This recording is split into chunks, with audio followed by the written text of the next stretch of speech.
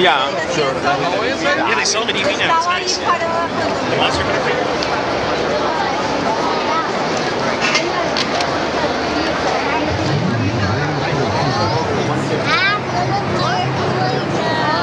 No, it's miniseries too.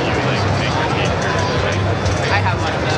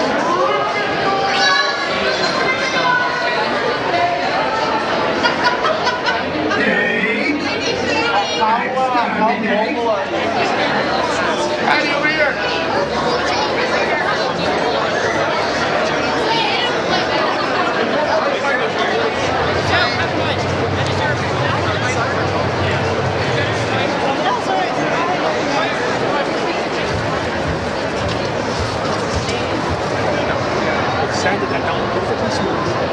You don't use like a silicone sheet and then your parchment paper?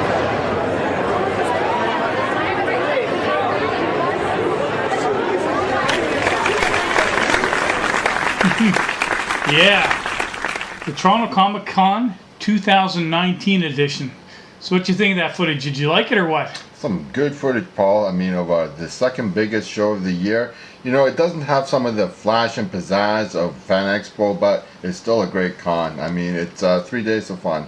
Yeah, it certainly is, and I think this year's attendance is probably going to get, close to 60 to 80,000. You don't get the numbers you get at the Fan Expo, but again, it's a 3-day event. It's more of a Comic Con rather than a pop culture event. But that's not to say there isn't a lot of other things other than comics there. Obviously, they are. So yeah, we had a great time, and got to be honest, I didn't pick up a whole lot of books there, but I did pick up something very special while I was there, and yeah, I'm really excited about showing you guys what I should, because I don't think you guys knew I was going to pick this up while I was there, but we're going to talk about it later. But anyways, yeah. So how about you, Mike? What do you think of the Comic Con? Was it any good or what?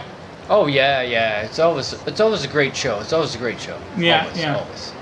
So we're not going to waste any more time here. So we've got quite a few books to show you here, and I think Mike? You're going to be starting, right? I'm starting off, but this is actually from a local haunt. Mm-hmm.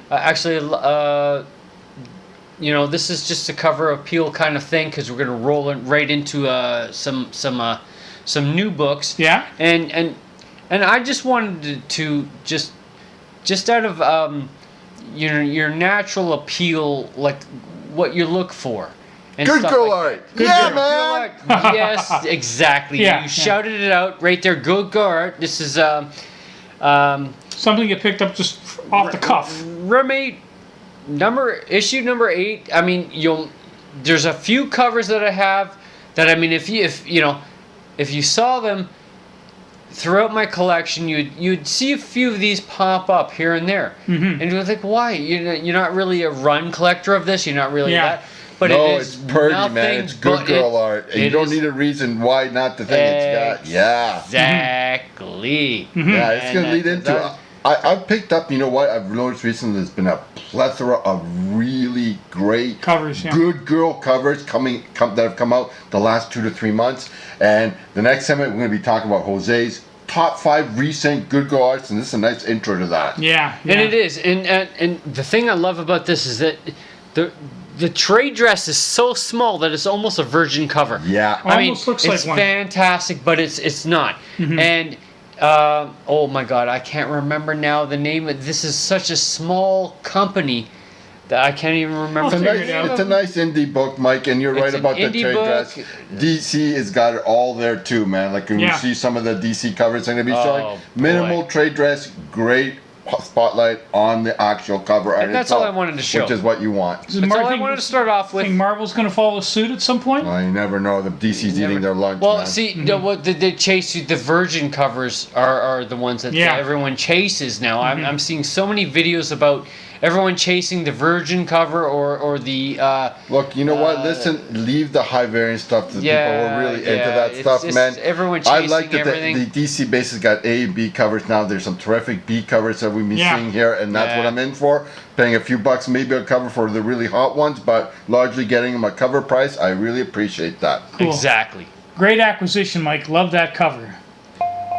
Okay, so Jose, for your first segment, you're going to start off with a bunch of new books. Is that correct? Yeah, this is Jose's top 5 new Good Girl covers picked up in the last couple of 3 months. Cool. So we'll start off with my only non-DC title here. This is landing at number 5, Lady Death Hell Raiders issue number 1 from January 2019. This is their bombshell variant edition. I mean, there's many variants. Like I said, I picked this one up from my local, the guys at Gotham Central, paid 20 bucks Canadian, which is about $14 US. So it's about a little under 3 times cover price. A good Yeah. deal on that. Cover artist, shout out to this one for David Harrigan.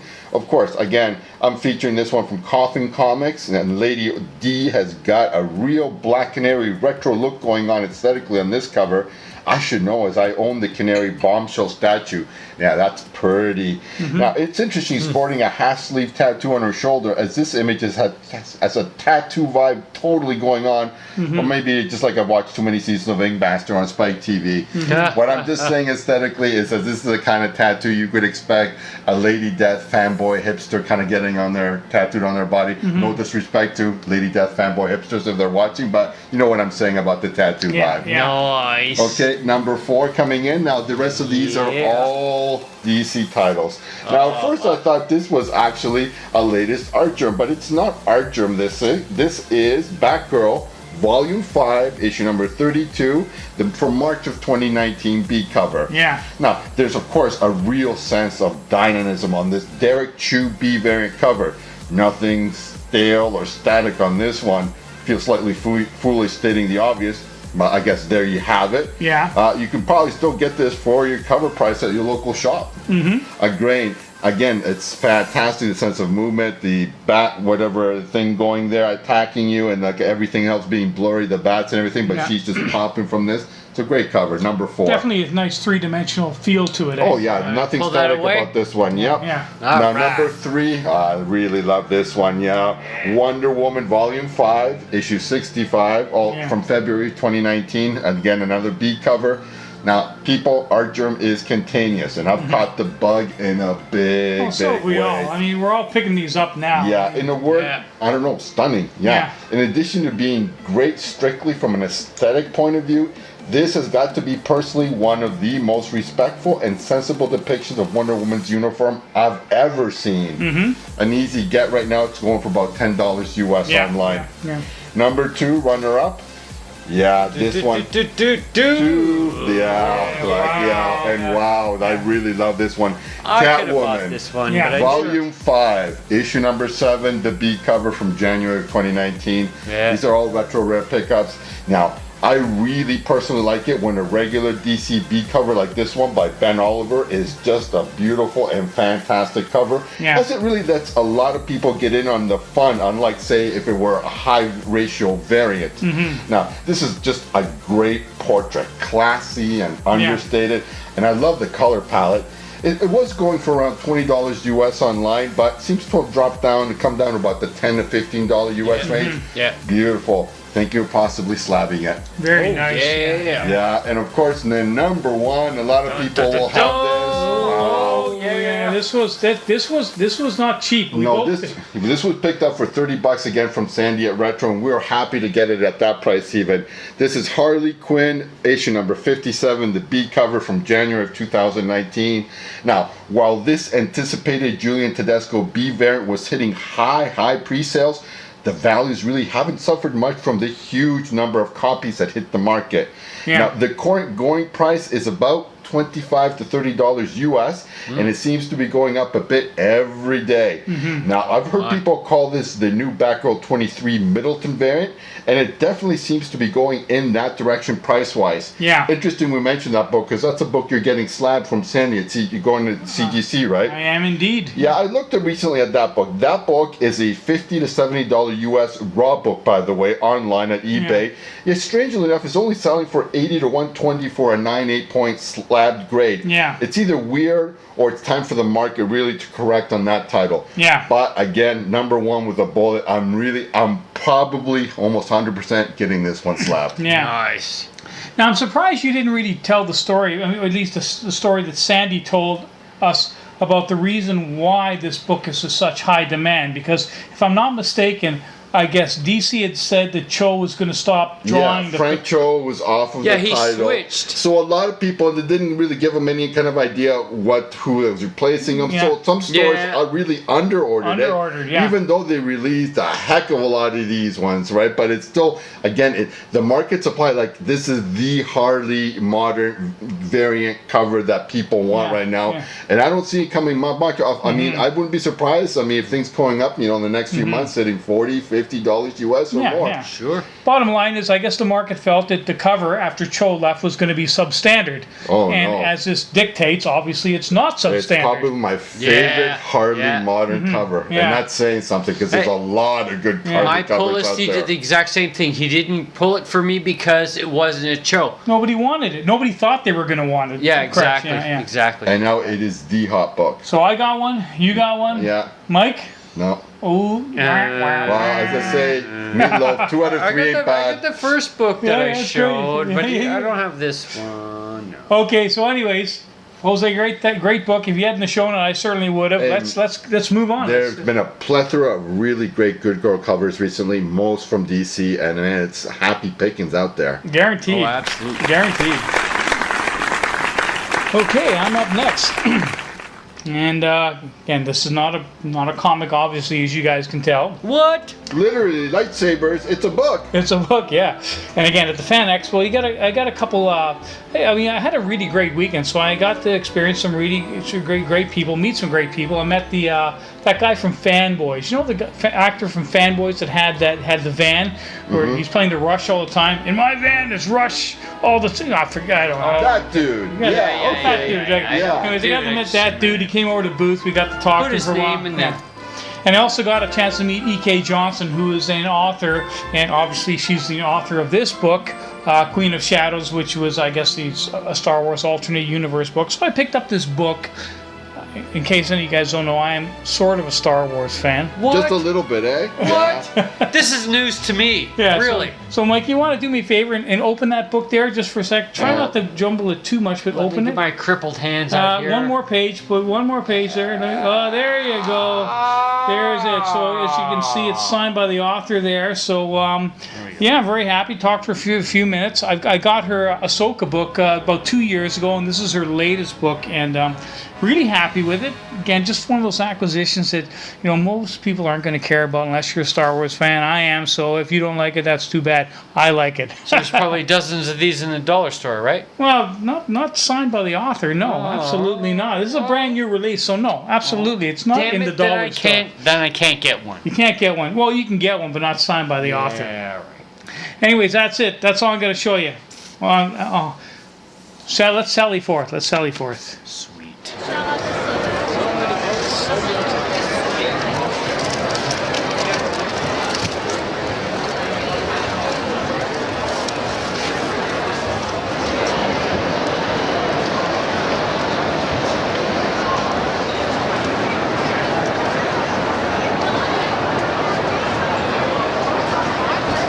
These ones are all US. This is Canadian. These are US. Those are US. The Yak Face only came out in Australia and Canada.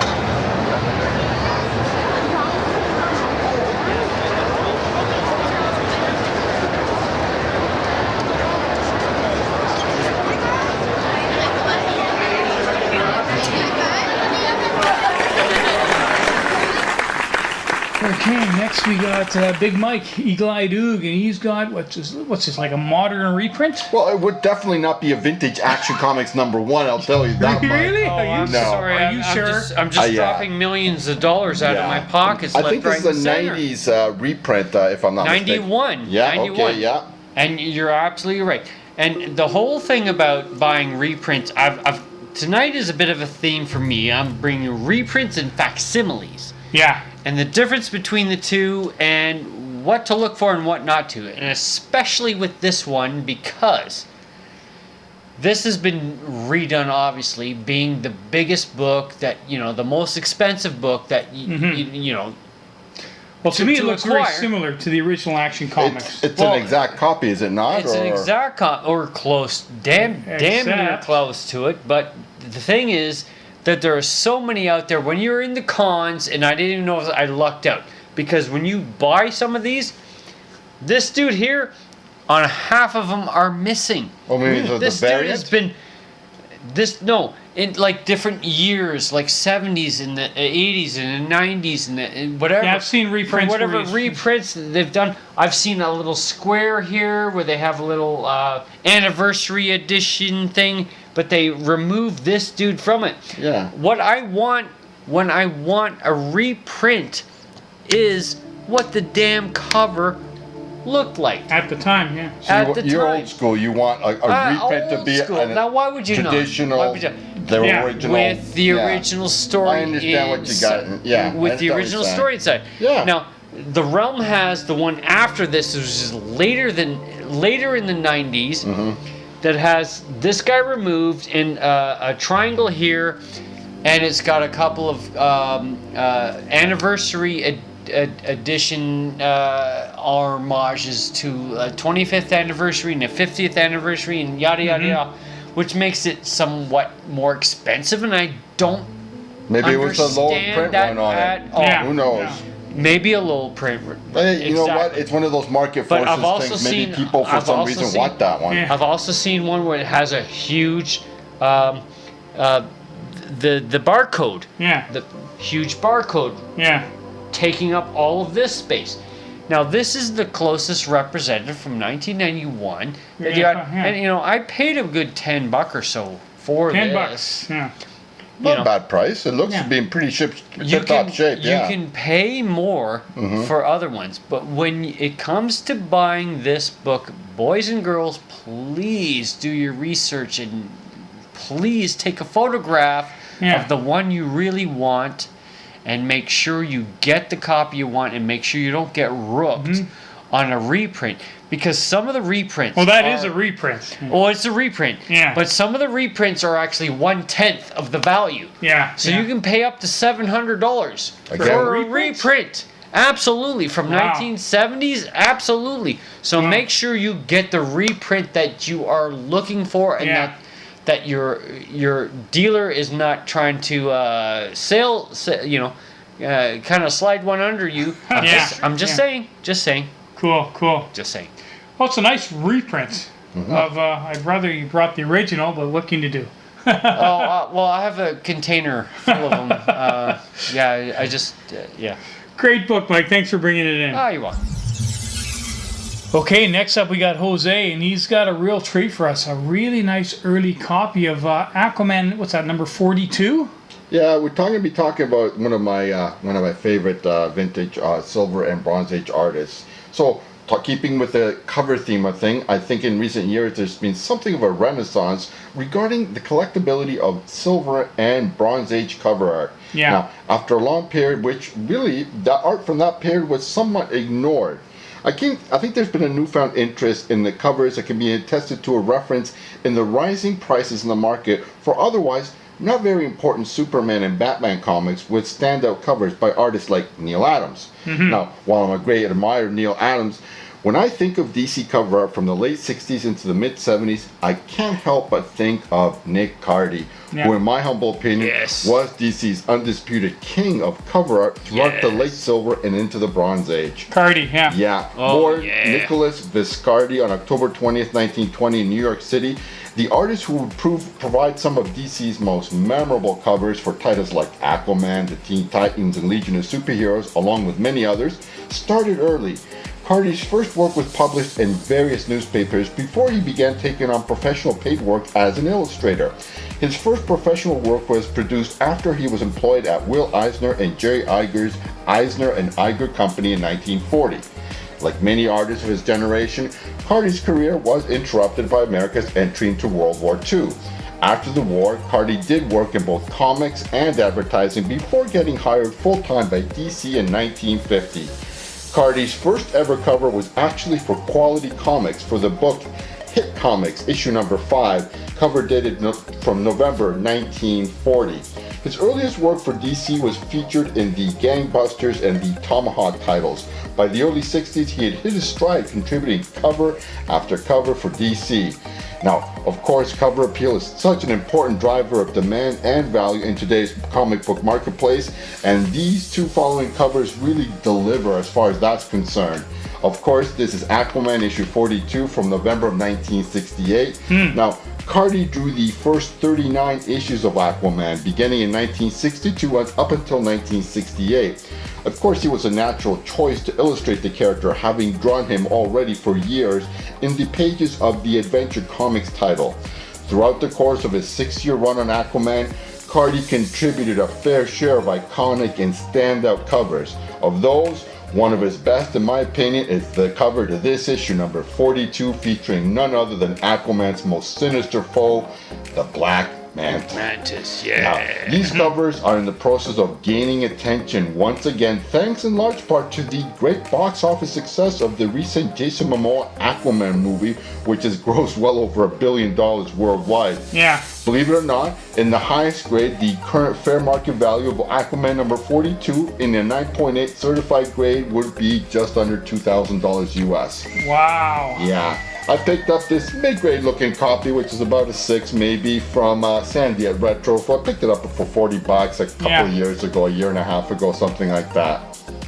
I got a mid-grade as well. Yeah, you did. I'm I very think you happy picked up with yours that from too, Pendragon. Yeah. Yeah, the second book in question, Brave and the Bold, issue number 91 from September of 1970. Cardy's naturalism when drawing bodies and his easy and loose style in portraying action is nowhere better reflected than in this almost perfect cover he drew for this issue of Brave and the Bold. Now, this one is one of my favorite covers from the title, and the juxtaposition of Batman and the Black Canary character sprawled out, looking close to death with the road sign exclaiming "Welcome to Fun City" is a perfect study in the use of contrast. Now, in his later years, Cardy left the comic book industry to take up better paid work in advertising, as well as contract designing promotional artwork, including movie posters. Cardy was the recipient of the Inkpot Award in 1998, and he was inducted into the Will Eisner Hall of Fame in 2000. He died in Florida on November 3rd, 2013. This is another great book. I picked up, again, this mid-grade book from the Big B, Hamilton, one of the cons. I think either were Fan Expo or Toronto Comic Con. I got it for $10 Canadian. That's right, and actually it's on my want list now because I love this cover as well. Two great late silver, early Bronze Age Nick Cardy covers. Fantastic books, Jose. That's amazing. Yeah. And I don't know. Do you have this one, Mike? No, that's on my want list. Yeah, I am going to hunt for that. Cool. Yeah, Absolutely. when I picked up the Aquaman, you picked up yours too. Yes, Oh, cool. yes. We got that around the same time, but this is on my want list now. Fantastic, Jose. Thanks for bringing them in.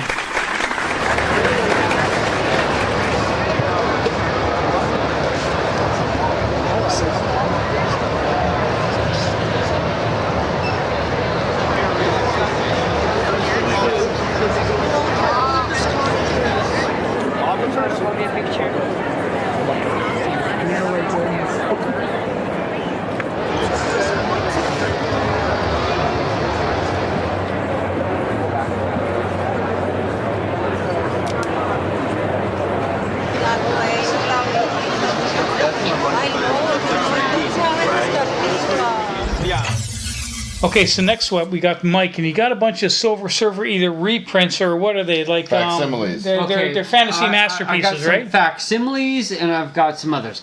Now, the first two are facsimiles, as you can tell, you can point at the $3.99 right there.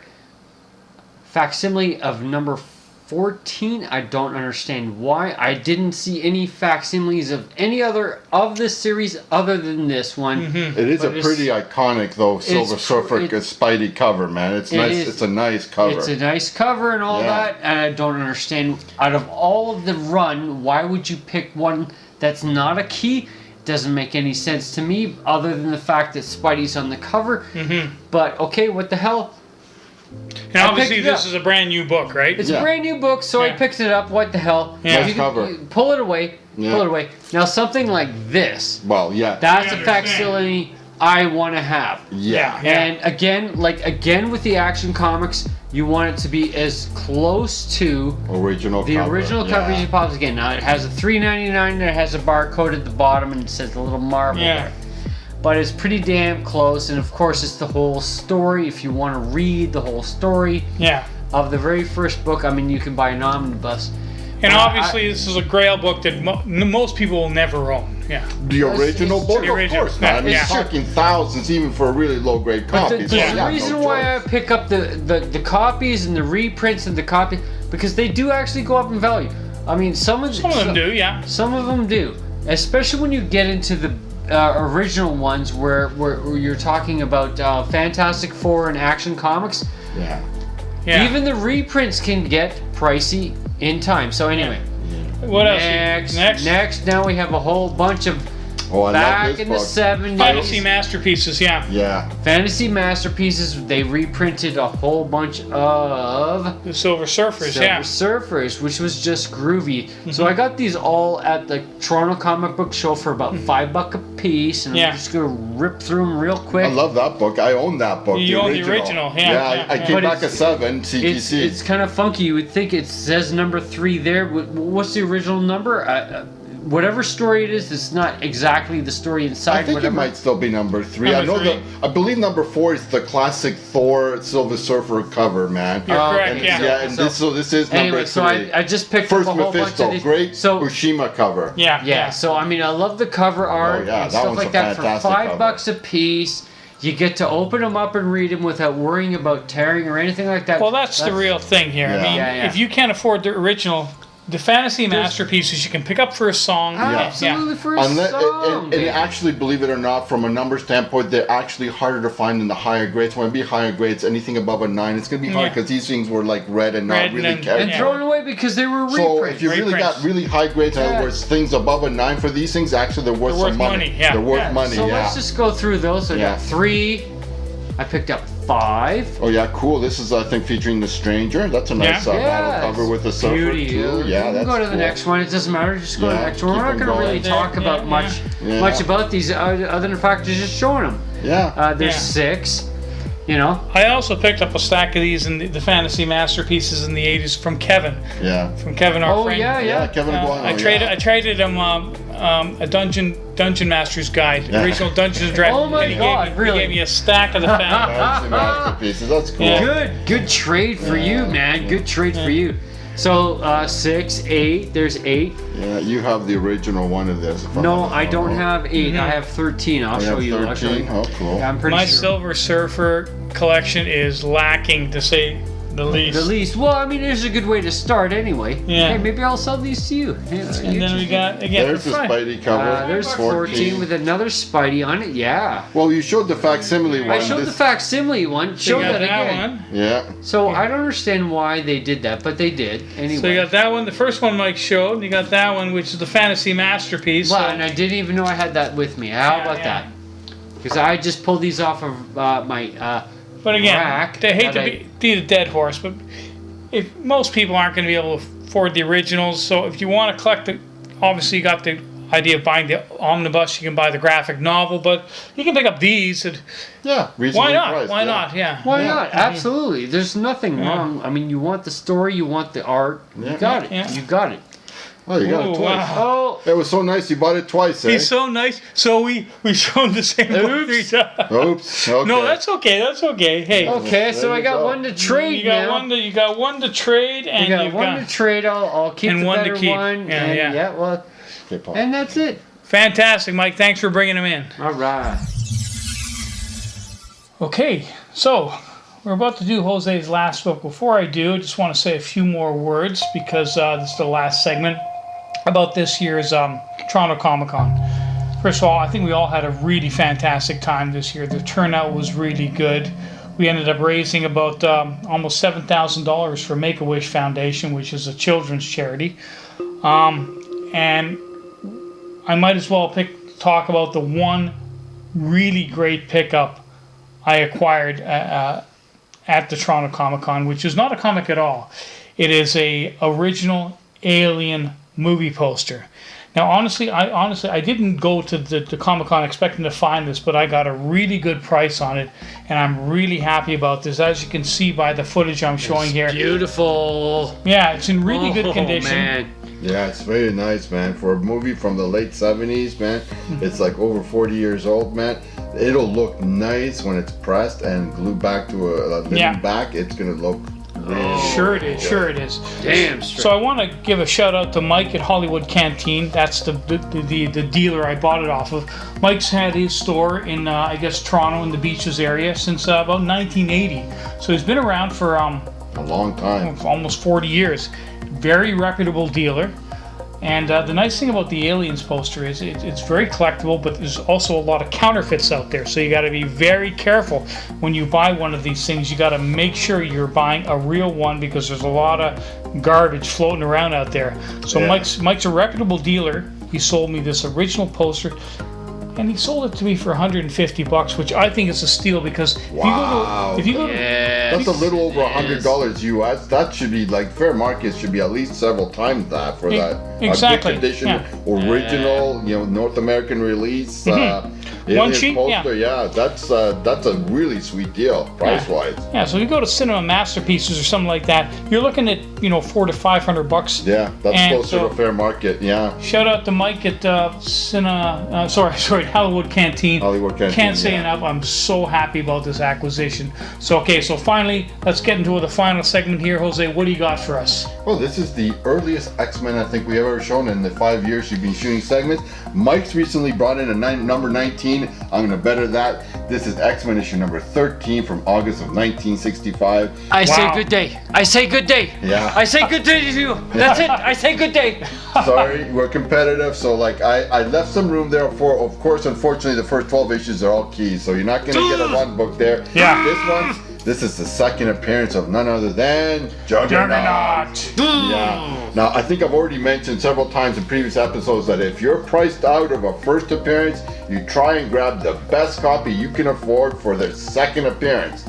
Now, Juggernaut is a fantastic character and a great villain. In my opinion, anytime you can be a top villain for both Spidey and the X-Men, you're doing well. Yeah, Juggernaut as a character is full of potential and is a merchandising force with success in video games and TV and toys. The character has a great name, a fantastic costume, and an aesthetic appearance. He's equipped for success in my opinion. Now, he's already appeared in that X-Men The Last Stand movie played by Brit actor Vinnie Jones. He served as one of Magneto's Brotherhood Alliance army. Now, of course, here comes a spoiler alert here. The biggest revelation of Deadpool number 2, and if you haven't seen it, go see it. Why haven't you seen it? Shame on you. Comes from the big heaping bowl of foreshadowing about the baddest mutant in the Ice House, ultimately revealed as none other than the Juggernaut. Yeah. Now, personally, I was expecting anything from blockbuster to rock slide, so an actual bona fide famous X-Men bad guy was the perfect choice for this fan. Yeah. Now, he appeared, of course, as an entirely generated computer character credited as himself, which is kind of funny. It was later revealed that Canadian actor Ryan Reynolds provided the voice and the facial motion capture performance for the character, with the voice digitally altered to be deeper, while the director of the movie, David Leitch, provided the on-set motion capture performance. Now, Juggernaut's inclusion in Deadpool 2 ignores and retcons his atrocious debut in X-Men 3 The Last Stand, which is precisely how all connections to The Last Stand should be handled, as far as I'm concerned anyway. Yeah. Hopefully X-Men will do a better movie now that it's a property of Disney. They're coming out with the Dark Phoenix story with the actress that plays Sansa from Game of Thrones. I'm hopeful, but let's see what comes. So, Yeah, have you seen the Yeah, I just want to interject here for a second. I have to. When you say better, it's almost like you're suggesting that some of the X-Men movies that have been done in the past weren't good, and that's nonsense because they've all been really good. but have you seen the trailer? X-Men Last Stand, I can't say, you know, how good the book is from that whole Okay. storyline from the comics. They did not do that story I'll justice, give you. is what I'm saying. I'll give you that The Last Stand was less good than the other films, but it still wasn't a bad film, Jose. But have you seen the latest trailer? So I'm Yeah. asking. So I bought this actually almost exactly a calendar year ago in early 2018 during the run-up for Deadpool 2 when there was rumors about who that big heaping kind of bad guy was going to be. And needless to say, whenever you do that, I paid up for it. I paid, I think, almost twice what the fair market value was at the time. But let's look the 48th Overstreet price guide shows 96, 230, 515, and $800 US as the 6, 8, 9, and 9.2 price splits for this book. I think it's a pretty solid, I would say about mid-grade copy, 556. So I think fair market value for this book in that grade, it's about 100, 125 US, which is at that price range about 135 to 175 Canadian. So I paid $240 Canadian for this thing. A little top heavy there from a dealer that didn't kind of haggle on it, who's not a dealer, but I am happy to have an X-Men 13. The two books that bookend this one are really big books. Number 12 is, of course, the first appearance of Juggernaut, and because of his relationship with Professor X, it's also the origin of Professor X being his half-brother. And the next issue, number 14, is the first appearance of that iconic X-Men villain, the Sentinels. So it's bookended by two really big books. So yeah, it's my earliest X-Men. It's number 13. It's from 65. Like I said, I've thrown the gauntlet down. You guys can see if you can get one of the first year 12 issues. I will beat you at a lower price. At a lower price. And I think you can take solace in the fact is that yeah, you might have paid slightly more than it was worth at the time, but because it's the second appearance of Juggernaut, who's a pretty major nemesis for the X-Men, and Spidey, this book is only going to go one way up, and it's never going to go down. So you can assume for sure that this will continue to increase in value over time. Well, you're right. As they say, they're sure still not making them anymore. So that's for sure. That's for sure. That is for sure. Anyways, that was a great episode, and yeah, guys, I hope you like what you saw. I hope you like the live footage and from Toronto Comic Con. The great way to start the Comic Con season, because I think we can all agree that the Toronto Comic Con really does kind of start the con season. Kicks it off. Kick it off here in Toronto area. Beginning of summer, even though it's spring and there's still snow on the ground sometimes, it's a great event, and we had a great time.